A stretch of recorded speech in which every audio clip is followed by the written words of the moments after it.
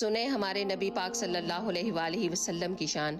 जब हमारे प्यारे नबी सल्लल्लाहु अलैहि वसल्लम की मौत का वक़्त करीब आया तो मलकुल मौत भी अंदर इजाज़त लेकर दाखिल हुए और आकर कहा अस्सलामु अलैकुम या रसूल अल्लाह। आपने सलाम का जवाब दिया तो मलकुल मौत ने कहा कि या रसूल अल्लाह, आप पहली हस्ती हैं जिन्हें मैं सलाम कर रहा हूँ।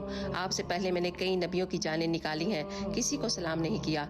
आप पहले हैं जिनको मैं सलाम कर रहा हूँ। या रसूल अल्लाह, आप पहले हैं जिन्हें आपके रब ने कहा मेरे नबी से पूछ कर अंदर जाना, बगैर पूछे मत जाना।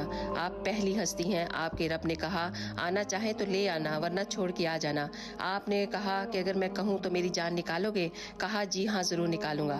तो आपने हज़रत जिब्राईल अलैहिस्सलाम को देखा और हज़रत जिब्राईल अलैहिस्सलाम ने कहा कि या रसूल अल्लाह, अल्लाह आपकी मुलाकात के शौक में है।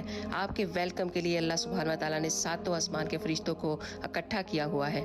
सुब्हान अल्लाह। इस वीडियो को एक ज़रूर लाइक दीजिएगा। जज़ाकल्लाह खैर।